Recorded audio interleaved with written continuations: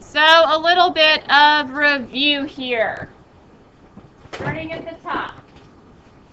We already talked about this today, but let's go over it one more time. What is a mass number? It's the number of protons and neutrons. Mass number, the number of neutrons and protons. This is of one particular atom. Not to get confused with the atomic mass decimal number on the periodic table. This is only for one atom. So if I'm looking at one carbon, like carbon 12, this particular atom over here, I would go over and count the number of protons, number of neutrons, and give that particular atom a mass number. So a mass number is always a whole number because it is for that particular one atom. Now, if you are not provided a mass number or the neutrons, so you can't calculate the mass number, that is the only time you would round the atomic mass from the periodic table. Only time you would do that, that's like a last resort, if you're not provided the neutrons or you're not provided the symbol with the mass number.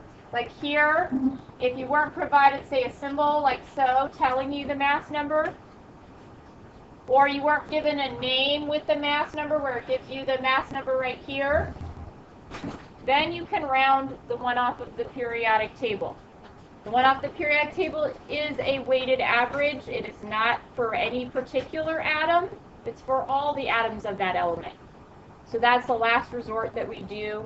We only will round that when we do not have the other information provided, like the neutrons or the mass number somehow in the name or somehow in the symbol.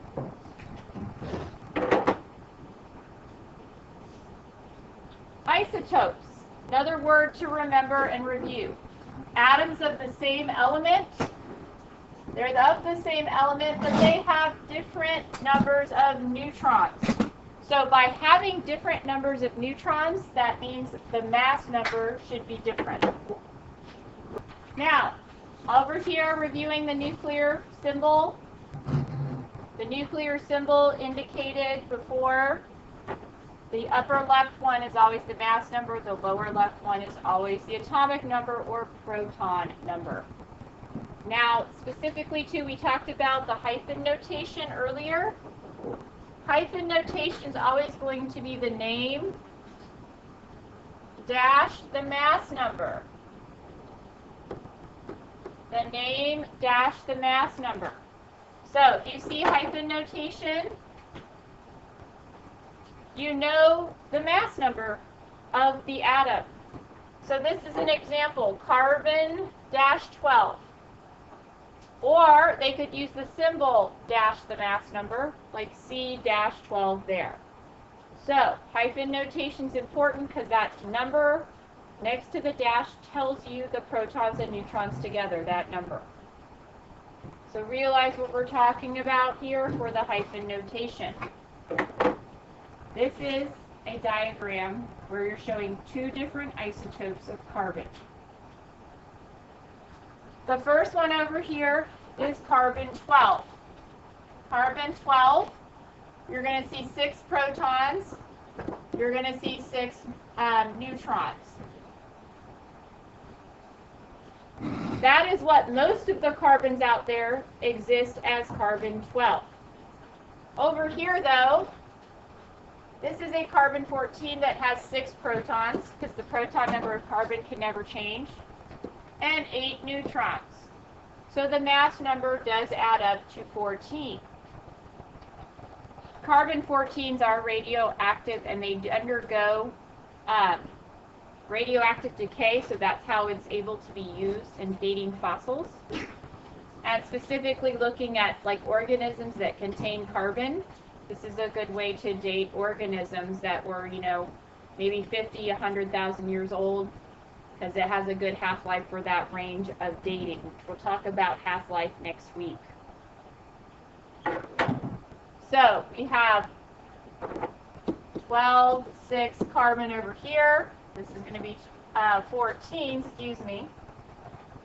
This will be 14 carbon 6. 2 different isotopes of carbon. But since the average atomic mass of carbon is 12.01, we know most of the carbons that exist are carbon 12s. There's only a few that are above carbon 12. This is a particular example of chlorine. Chlorine exists as two isotopes. There's chlorine 37 and chlorine 35. So chlorine 37 has 17 protons, atomic number, the mass number is 37. That means it's got 20 neutrons. Since there's no charge on the symbol, we know that that's neutral, so it's going to have the same number of electrons as it does protons. Chlorine 35, though, it's only going to have 18 neutrons. And you see the symbol is just a little bit different. We're still only talking about neutral atoms here, no charge on there, so the electrons and the protons are the same number here. Different isotope, though, because it has a different mass number.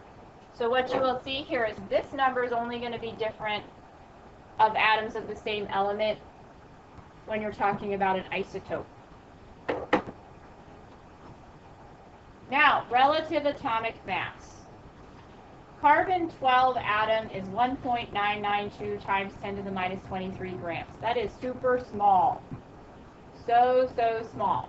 So, instead of having to use such a small scientific notation number, that number has been relabeled to be an atomic mass unit. So we don't have to work with that very small number with that scientific notation, because they took that number and just relabeled it as one atomic mass unit. So the atomic mass unit is based off of carbon 12. That's one of the things that you should indicate there. Mass is based off of carbon 12, and one proton is basically one atomic mass unit, one neutron is basically one atomic mass unit. We've already discussed how small the electron is. I'm so small nobody notices me. Basically 0. So when we're talking about an atomic mass unit, we're talking about a really small value, and that value is based off of carbon 12. Just so you know. Now for looking at our weighted average. There are two separate ones you can use here in order to do the calculations. The weighted average of all the isotopes is going to be your average atomic mass. So all the atoms of the element, when you use and calculate using their percent abundances, you will get your average atomic mass. So it's one of the main differences here. Mass number is about one atom. Average atomic mass is about all of the atoms' masses averaged together based off of their percent abundances. So it's going to be the one that has decimal numbers. What you're going to have to do here, you can do one of two ways. If you don't mind working with the decimals, because really a percent as a decimal, if you think about it, if I say something is 78%, it's a different color. Say I say something is 78%. What am I really saying? 78 over 100. 78 out of 100, which is still the same thing as 0.78. So if you don't mind using the decimal, this is the equation for you. If you really hate decimals and decimals do not work for you, you can use this one, but at the end you have to divide by 100.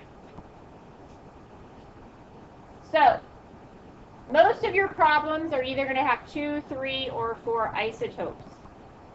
What you're going to do is you're going to take the mass of the first isotope, multiply it by its percent abundance. If you're using this equation, you would turn it into the decimal first. By the percent to a decimal, you move 2 places to the left because that's like dividing by 100. Then, if you only had one other isotope, you would take its mass, you would multiply it by its percent abundance as a decimal, and then you can just add the two together. That's how you do a weighted average, because it's about how many of those different types exist out there. If you don't want to use the decimals, you still would use the mass number of the first isotope, multiply it by its whole number percent. You would do the mass number of the second one times its whole number percent. add those up, and then divide by 100 at the end. So you can use either of the equations, I don't care, to get your average atomic mass. So you decide which one will work better for your brain in terms of math. Can you function with the decimal percent, or do you need to do the whole number one where you divide by 100 at the end? Yes. Yes, correct. So if I was using the bottom equation and 78% was one of my percentages, I would just put in 78. And then at the very end, you divide by 100. Well, let's look at an example where we actually plug in real numbers here. Let's look at this one, where we have real numbers. Find chlorine's average atomic mass if approximately 80% of the chlorine atoms are chlorine-35 and 20% of the chlorine atoms are chlorine-37. So, if I'm using the non-decimal way, I would take my 35, which is at 80%, multiply those two together. Then I would take my 20% one, that's 37, multiply those two together, add it up, and then divide by 100, and I get my average atomic mass. That's the first option way you could do it. The other one is if I took my 80% here and moved it 2 spaces over and created the decimal here. I took my 20%, moved it 2 spaces over, created the decimal, then you don't have to divide by 100 at the end. But guess what? Either way, you come out with the same answer. So you can do it either way. I personally think this way is quicker, but I'm good with percents and decimals. Some people aren't. Some people, it doesn't easily jive with them. So pick which one is better for you.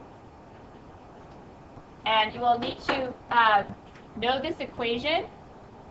If you have 3 isotopes, though, you will just add the third isotope in there. You'll times its mass, times its percent, and just add it in.